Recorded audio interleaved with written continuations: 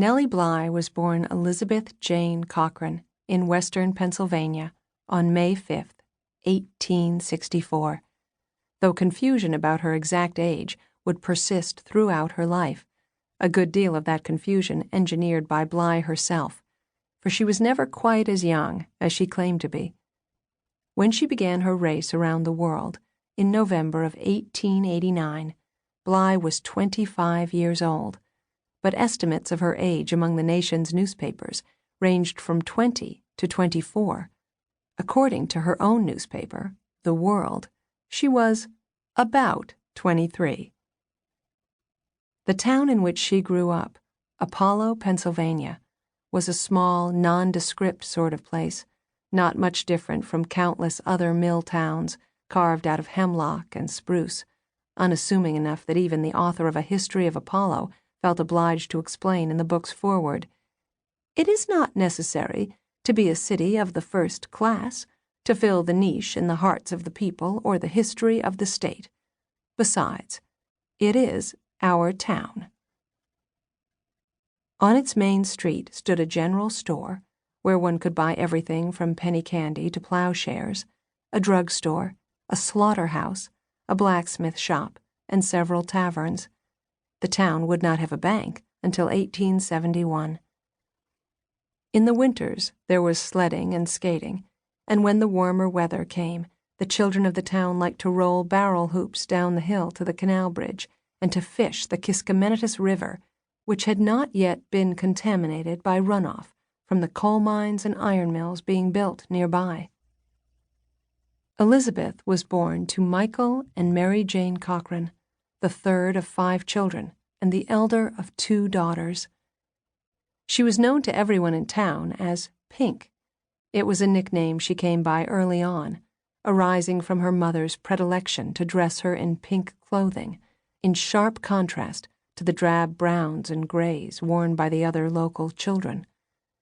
Pink seems to have been a high-spirited, rather headstrong girl, though much of what is known of her early years comes from her own recollections in publicity stories written after she became famous, at least some of which seem designed mainly to burnish the already developing legend of the intrepid young journalist.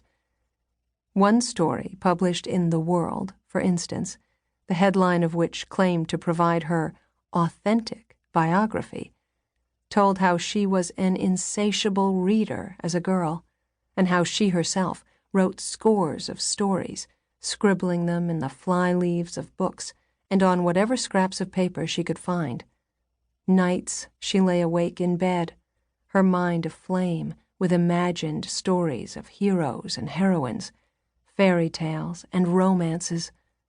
So active was the child's brain, and so strongly her faculties eluded sleep, that her condition became alarming, and she had to be placed under the care of physicians.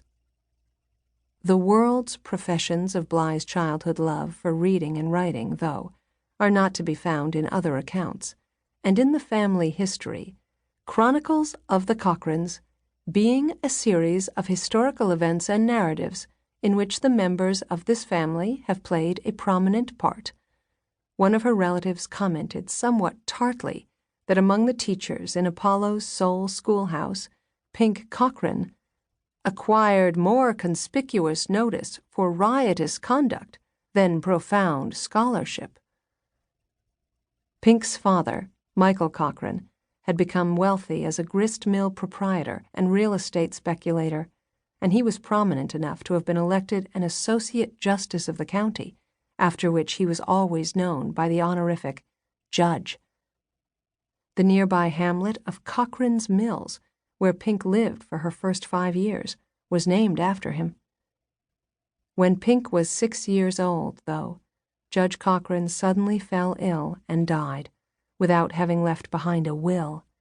According to Pennsylvania law, a wife was not entitled to an inheritance without being specifically named in a husband's will, and by the time his fortune had been parceled out among his heirs, including 9 grown children from a previous marriage, Pink's mother, Mary Jane, ended up with little more than the household furniture, a horse and carriage, and a small weekly stipend.